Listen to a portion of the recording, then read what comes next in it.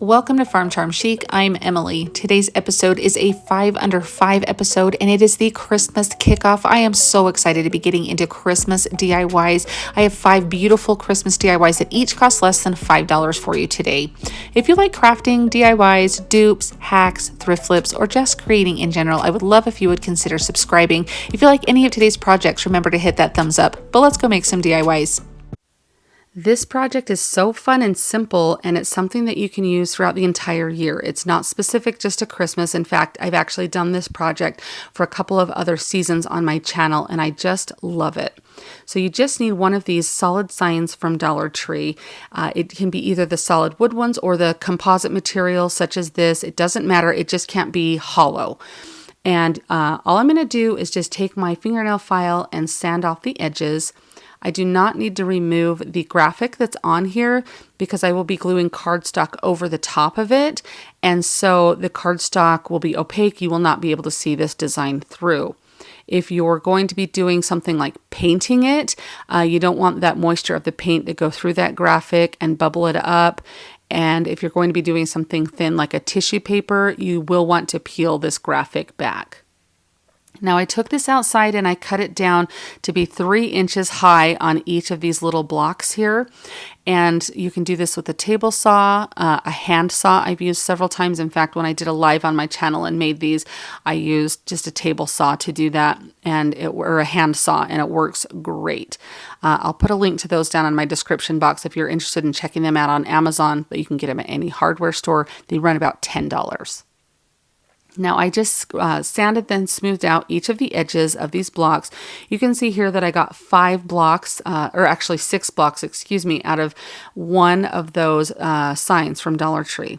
So if you were to take these and sell these at a craft fair, you're paying like $1.25 for the sign, but you can get 6 projects out of this. You can sell them as a group for easily like $18 or $20, I feel like. That's, you can sell each one individually $3, $4, depending on the market that you live in. But it's definitely a great, inexpensive project to be able to get a very good return when you're reselling these. Now I'm just using my trusty Elmer's purple school glue stick. I love this. It works wonders for items like this. I love it so much more than Mod Podge. I will go over the top of these at the end with Mod Podge, but to do the actual getting this to stick to the surface, that Elmer's school glue is great. I'm just using my brayer here just to get a nice firm hold, making sure all of the edges have been pushed down. It just creates a really good bond. And you can see I'm just going to flip over the block and do the exact same thing on the other side.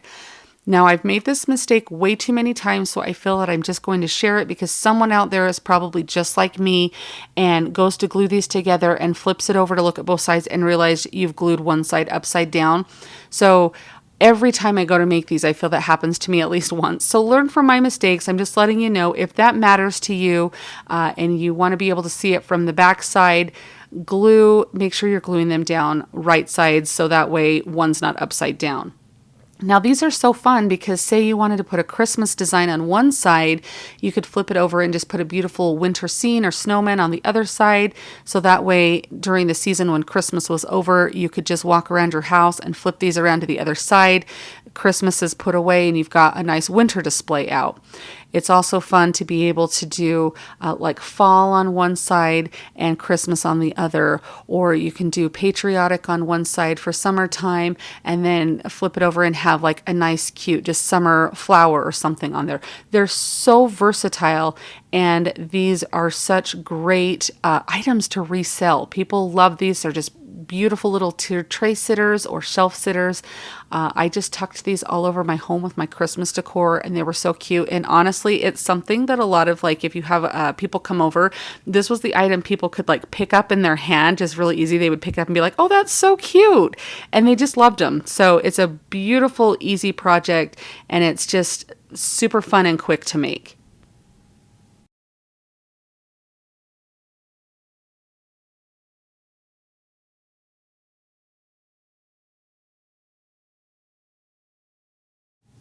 Don't forget to clean up the edges when you're doing these signs though. I just take a fingernail file and go within a downward motion over all of the edges.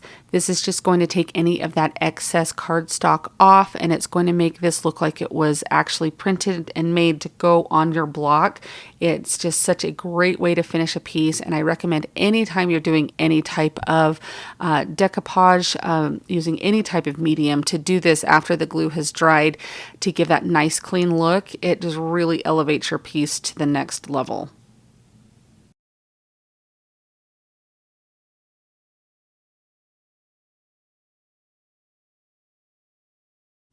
Since I want these to have a little bit of an aged look, I'm taking just a little bit of antiquing wax on like a baby wipe or a wet paper towel, and I will just go around the edge of each of these, especially where we sanded the edge to make it match the surface there to give that clean edge.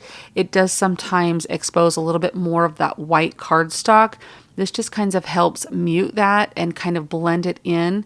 And I just really like the aged look. You can even go a little bit further into the graphic to kind of make it look like a vignette style. So that way it kind of is framing the picture. It's up to you how much you want to use this, but I do recommend at least going around the very edge just to give a nice finished look to it. You can see here I'm just taking some Mod Podge, and this is how I'm sealing them in. You can use a satin, you can use a matte, which is what I'm using here. It just depends on what you want your decor to be like. But I do like the matte just because then you can kind of see when it's wet, you have that glare on it. If you use just the glossy kind, you'll always have that kind of glare with the bright lights and everything. So that's why I kind of like using the matte on these, just to have a different finish. But I think these turn out so pretty. Perfect little shelf sitters. You could do all sorts of different little blocks with different pictures on them for different things in your home. You could even do like kids' pictures on these. If you didn't want to do graphics, you could have one for each family member or something. I just think these are so fun and just such a great technique to know and have for all different seasons. I love that today's video is a 5 under 5 video, because for you that means I have 5 beautiful DIYs that are each less than $5. I host this challenge every month, and I always pick a guest host, and my host this month is Christine from Divine Designs. Christine is amazing, and you might recognize her because she participates in this challenge a lot, and she does such beautiful DIYs, and they are always so fun. So I'm going to leave a link to her channel down in my description box along with the playlist link, and when you click on that, it will take you right over to the playlist. It will play everybody's video where we have the Christmas kickoff today. So everybody's going to have 5 Christmas DIYs for you that each cost less than $5. Let's get right back into the DIYs. I'm taking this cutting board sign from Dollar Tree. I love that they have these a lot more now because they're so fun to give makeovers to. So I'm just going to tear off the surface that is there. And this one was already peeling off pretty good, but you can see I just rip off anything that I can. And then I'm spraying some water on here. I just let that sit for a few seconds, and then I just use my putty knife to be able to scrape that off. It may take you a couple times of spraying this down and scraping in sections, but it does come off fairly easy and leave you with a very clean surface. And then I'm just going to paint the base color of whatever I want my cutting board to be. In this case, I'm putting a graphic on the cutting board, so I wanted a white background so it would really make that graphic pop. There are several different ways that you can add graphics to things. This particular method I love because I feel like most of us have a printer, and I just use a regular inkjet printer. This is just a piece of copy paper, just normal copy paper that you have, or printer paper, and just a gift wrap sheet of tissue paper. And all I did was just cut that tissue paper to be about an inch wider than my paper all the way around, so that way I can fold the tissue paper over my copy paper, and then you just want to tape it down. We're going to feed this through our printer, and so I need all of my edges, my raw edges of tissue paper, taped down so nothing gets caught up or hung up in the printer and rips. Now, just fair warning, if you've never tried this before and you go to try it and it totally is a disaster your first time, it happens to everyone. Give it a try. It's very easy, but you do just want to make sure the biggest trick is to tape down all the areas of the tissue paper, so that way when you feed this through, it's not going to snag at all. I feel like that's probably the biggest issue that I hear from people. But really, this is a simple process. You just want to make sure that when you feed this through your printer, it's printing on the side that the tissue paper is on. And I'm just showing you the edge is all taped there. I'll show you, you can even use painter's tape to do it with, and it works beautifully. Now, when I did try to place the graphic on my cutting board, I realized there was a little bit of negative space, and so I thought I would paint a ticking stripe at the bottom. So I just taped out a little bit of area, and with a stencil brush, just went over that with some red paint. It's what matched my graphic that I'm using, and I thought that added a little bit more visual interest onto the bottom to have those beautiful little stripes there. So here is the image after I have printed it out on the tissue paper. You can see how beautiful. I'll leave a link to this image. It's from one of my most favorite Etsy stores to get graphics from, so I'll leave a link to them down in my description box. But I just cut out all of the edges, being careful not to cut the graphic at all, and just remove it from the copy paper. Now, since I'm going to be using some Mod Podge and the decoupage process to put this on my cutting board, I don't want a harsh line along the edges. I want a natural edge. So in order to achieve that, I just take a paintbrush and some water and go along the edge around the design. You want to make sure that you leave a buffer between where the water is going to be and your design, because that water does seep in really good to that tissue paper, and then you just tear out your edges to give that natural edge. Now, I just covered the entire surface of my cutting board with some Mod Podge. I like to use the matte Mod Podge when I'm doing this process here, so you don't have like a big shine to it. But if you like the shine, then use the gloss Mod Podge. Now I'm using some saran wrap or cling wrap here to pounce the design from the middle out. And you can see that if I have any wrinkles or anything, I just lift up that tissue paper and I can straighten that out. Now, if you go to lift your tissue paper and you find that you're going to have a problem or it's going to tear, you're just going to embrace it. You're just going to go with it, place it down and move forward. It's going to have a rustic look anyway, so it's going to be just fine. Now, I'm also taking a little bit of Mod Podge and going underneath each of my edges and then on top of my edges to seal them all to make sure that they're not going to come up. I just want to make sure that they have a really good bond with the cutting board, and that way you're not going to have the image start to come up at all. And then you can use some clear coat spray, or in this case, I'm just putting some Mod Podge over to protect that design and the tissue paper. I know a lot of you have a lot of different methods of decoupage that you do. So if you have a different technique that works great for you, definitely try that with this sign and see if it works for you.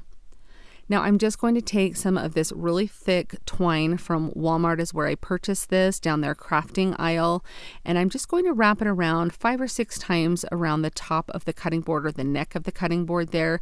I thought this really added a nice like homespun touch to it. It makes it look really warm. It adds some visual interest. And I really love the color of the twine since I did kind of a gingerbread type print on it. The twine color kind of ties that in, I feel like, and it looks really good on there. So I just glued it onto the back there just very subtly, so that way I just trimmed it so it looks very smooth and clean on the back. But I just really think that that adds quite a really nice touch to it. What do you guys think? Do you guys like the twine on it? Now I just took some additional twine and I looped that through the top there. As you can see, I felt like this really just needed something that you could hang this with. And by tying it on in this particular way, if you were to hang it off of one of your cute little cutting board bars or something, you would be able to have it hang flat so the graphic would show. But how cute would this be hung with a bunch of traditional charcuterie or cutting boards and have that beautiful Christmas design on there? I go around the edge and I'm just sanding the edge. This is optional, but I do feel like when you paint the cutting board, you will want to do this because you want to clean up if any paint went over the edges or anything to give it a nice professional look. So that is why I do this. So how crazy you get with your distressing on there is totally up to you. But overall, I think this turns out beautiful. I feel like it looks just like something you would find in Mrs. Claus's kitchen, maybe. I love how this looks, and I think it's going to be a great addition for Christmas decor in my kitchen. What do you guys think of this one? I want to make a really pretty display with some antique spools, which I don't have any of, so I'm going to create my own using some coasters, some of these Dollar Tree rounds, and then these are just a couple of ends from some bottle brush trees. These are inspired by a DIY my friend Patty from Patty J. Good did last year for Christmas, so I thought I would try my own. Now on these wood rounds from Dollar Tree, they have this hole drilled into them, so I'm just filling that in with some hot glue. You could use some spackling, or you could just leave it if it didn't bother you. Now on the center of my smaller spool, I am just using the end of a foam brush, like the little wooden handle. And for the other two sizes, this is a cardboard tube from the inside of some vinyl that I had with my cutting machine. I just used my hand saw and I cut it down to 2 different lengths. And I'm just using my fingernail file to clean up any of that raw cardboard edge, so that way I have a nice clean edge to work with. And then they will be staggering heights. It's kind of hard to tell right here, but you'll see in the end display. These coasters came from Hobby Lobby. They are currently in stock in the fall kitchen area. They're 40% off, so if you're wanting to grab those, I just removed all of the little non-slip stickies on the bottom of them, so that way you have a nice clean surface to work with. When I glued the tubes on, I did use hot glue on all of these, but I will say that I think if I had to do this over again, I would use a little more of a permanent glue, like a Gorilla Glue, maybe some E6000 or a combination. I feel like these will hold fine for one season with the hot glue, but to store them year after year, I feel like maybe a more permanent glue would be a better option for you, so just take note of that. I wanted to have a variation in the stains on all of them, the different colors, the different wood tones, because I feel like when you see displays like at Vintage Market Days or the antique fairs, you see displays of these old spools, there is a lot of variation in the different colors, different types, and so I thought, in different textures even. So I thought having like the beaded edge on the one and the different colors was a really fun, like eye-catching element to them. So now I'm just going to tear some different fabrics. I kind of went with Christmas tones in the fabrics, reds, greens, so that way you could really make these for any season if you wanted to keep them out year round.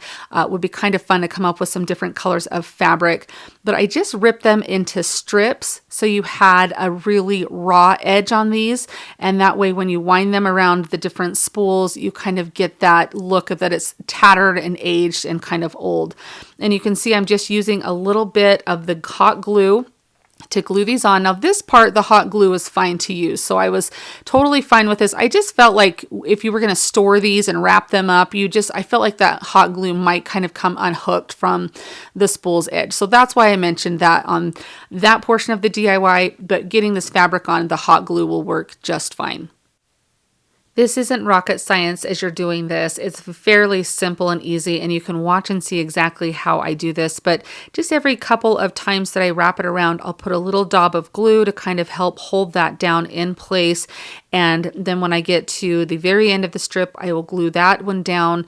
And then I go back to the other end of the spool and kind of work my way towards the center, just making sure you're getting full coverage over that entire center piece so you don't see any of that cardboard, which is why I have several strips of fabric that I'm using. That way I can make sure I have the coverage that I want, and it looks like it's just kind of leftover scraps left on these vintage spools that we're making.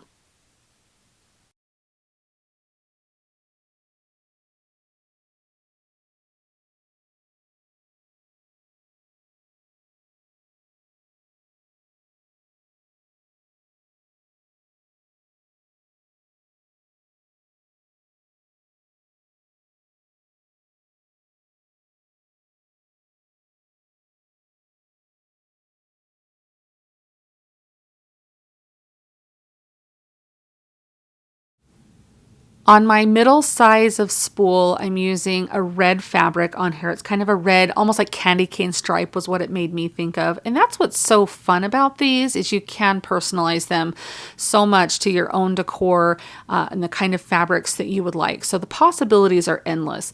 Now I'm just using one big long strip of fabric for this size, so it's going to be wrapped a little bit differently than the first one, which is really nice because it kind of gives each of them their own little story to tell, or their own little difference. And it's kind of the little touches that you put into your DIYs like this that really drive home that appearance of authenticity. It gives them that nice, just the little things always take your projects over the top. So just remember that when you're doing them. Now, when I get this all the way wound up, I just take another piece of that same fabric and I tie it off in the middle. It goes around a couple of times and then I tie it just in a knot, just as if somebody from 100 years ago had a little bit of scraps on this fabric and they just tied it off and left it. On the edge of the fabric where I cut it, I just take my fingernail and kind of fray the edge a little bit so it also has that aged, tattered look instead of having a fresh cut look on it. I follow just the exact same steps on this smaller size.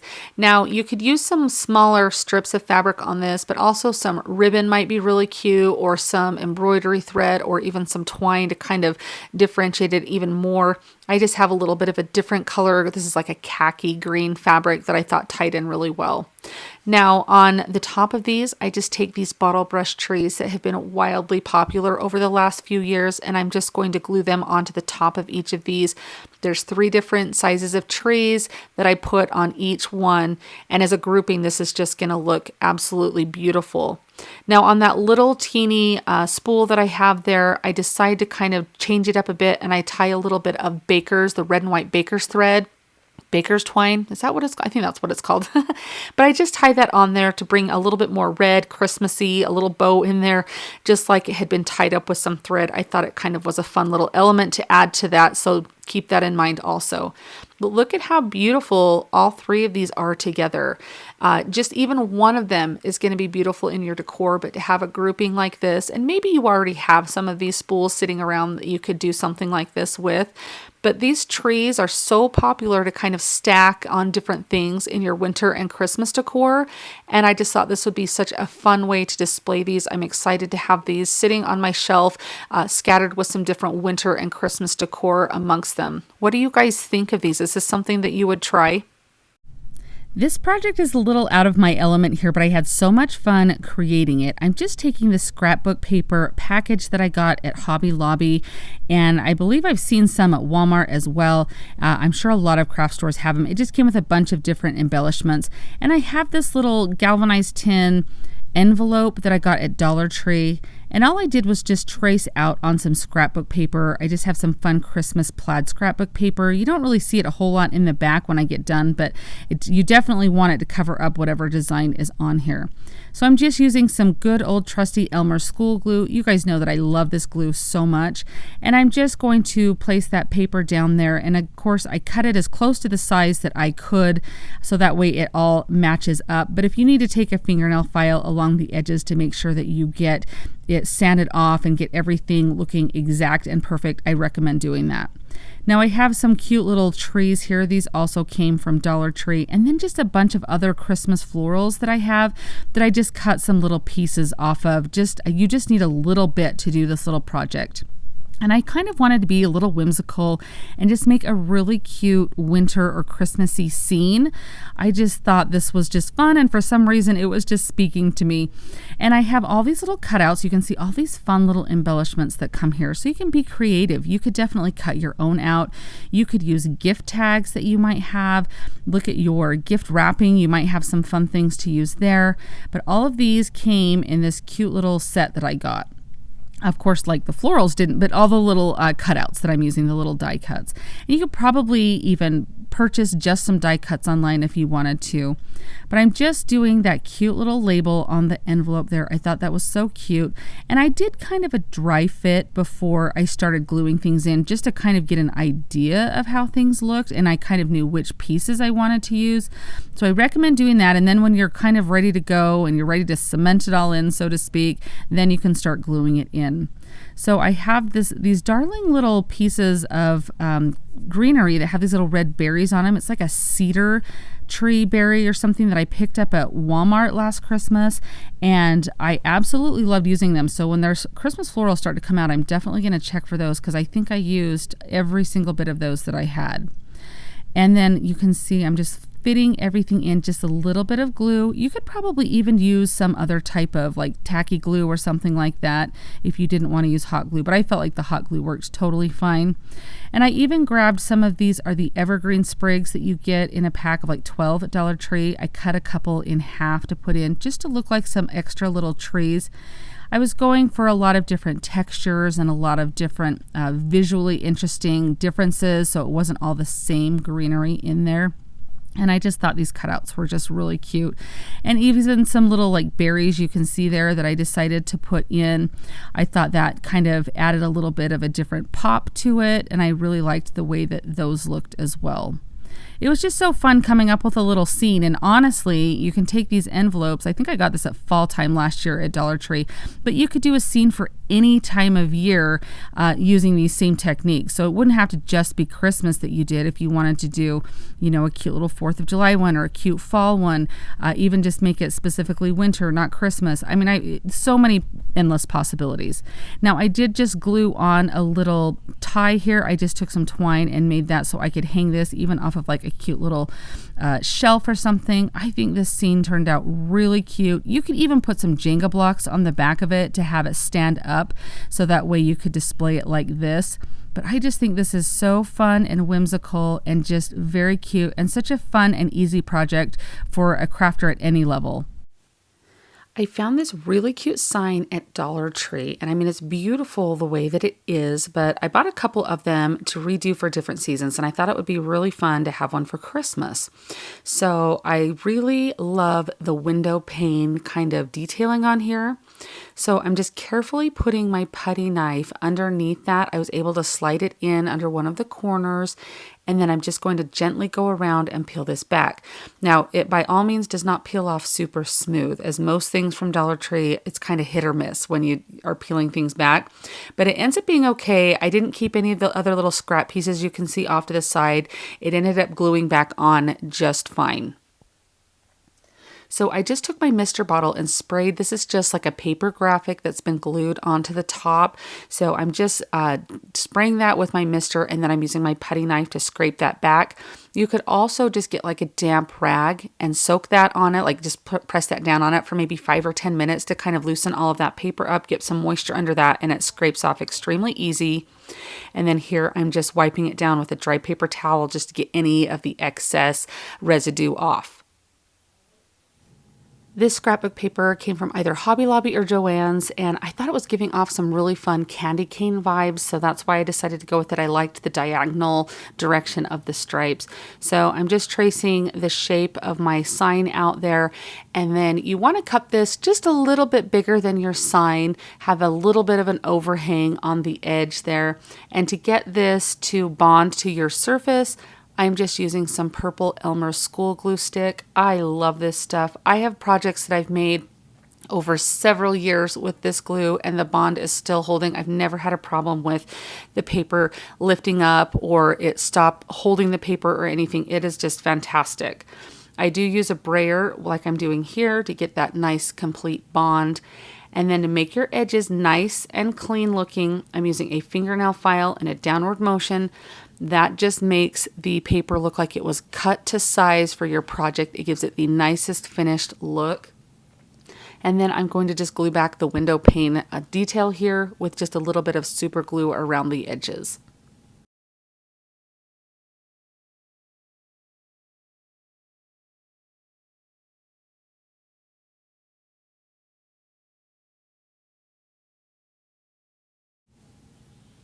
I want to make a little 3-dimensional wreath to go in one of the window panes. So I'm just going to take some foam core board. You could use some cardboard. You just want something of about that same thickness. And I will just trace it out and then cut out with my X-Acto knife to get a miniature wreath form. I will cut the center of it out as well so you can kind of see what that form looks like there. It by no means needs to be a perfect circle, so don't worry about it if it looks kind of jagged and not the best. It's going to turn out fine because I'm just taking some boxwood and I will cover it with a little bit of glue and that Walmart boxwood. I just glue it on in the same direction all the way around that wreath form to create a miniature wreath. This boxwood is absolutely amazing. It's so versatile for all different seasons. I absolutely love it. So pick some up when you're at Walmart, have it in your stash because I use it for so many different projects and I think that you will too. Now I picked up some wood letters at Hobby Lobby. You can get wood letters at Walmart as well. And you could also use like the Dollar Tree stickers if you wanted to. You could use a vinyl cutting machine if you had the access to one of those. Hand letter it. There's several different ways that you can get your letters. I'm just using wood and I just stained them with a little bit of antiquing wax and dry brushed a little bit of white paint on them. I just wanted them to kind of match that detailing that is on the window pane on there. So that way it all looks kind of cohesive. And then I'm just using a little bit of super glue to glue those down as well as the wreath.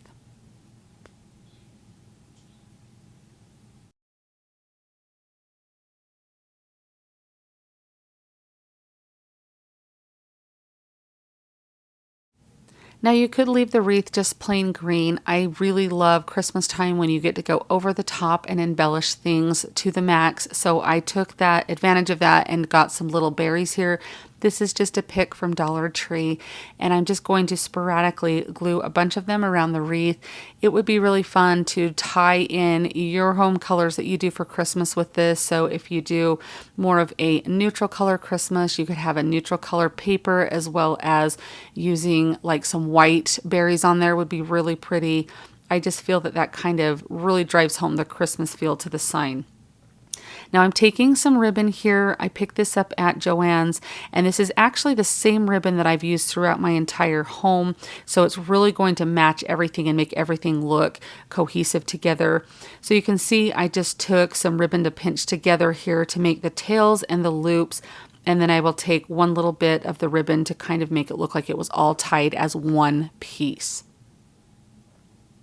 If you're looking for a way to kind of refresh your Christmas decor, every few years I will go buy several new spools of ribbon and I will change out the ribbons on my trees, on my wreaths, any little decor that I have where I hang my stockings. It's just kind of a nice way to refresh your Christmas decor for very inexpensive, but have everything look kind of new and refreshed and have it all match. I just love that. So I'm just gluing this bow on the top here to finish this off. Kind of looks like a little present. I think this turns out beautiful. I really love that cute little wreath with those berries on there. I think this is going to be just the perfect little shelf sitter or on a tiered tray, even a gift for somebody. I think this turns out just so beautiful and the perfect little Christmas item. You take something from Dollar Tree and kind of add to it, make it your own, and I just think it turns out beautifully.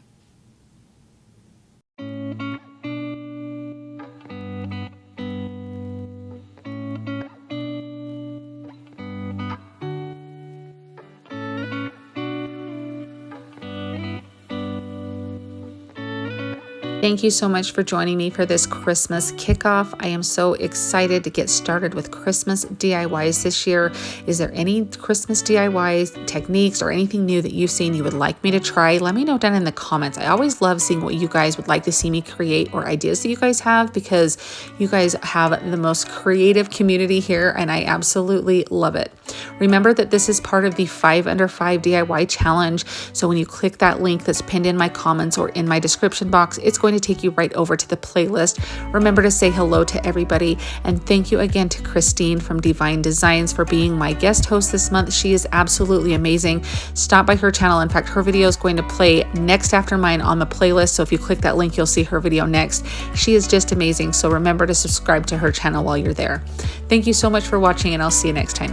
Happy crafting! If you like the video that you just saw and you want to keep crafting together, here's another video that you might enjoy. And as always, remember to like and subscribe. Thanks so much for watching. I'll see you next time.